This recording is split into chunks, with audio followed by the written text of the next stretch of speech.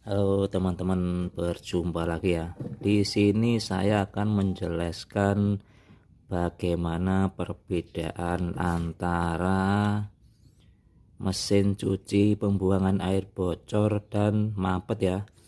Yang selama ini masih banyak yang salah penanganan ya. Padahal mampet tapi diganti per sama karet ya. Padahal harusnya nggak ganti apa-apa ya.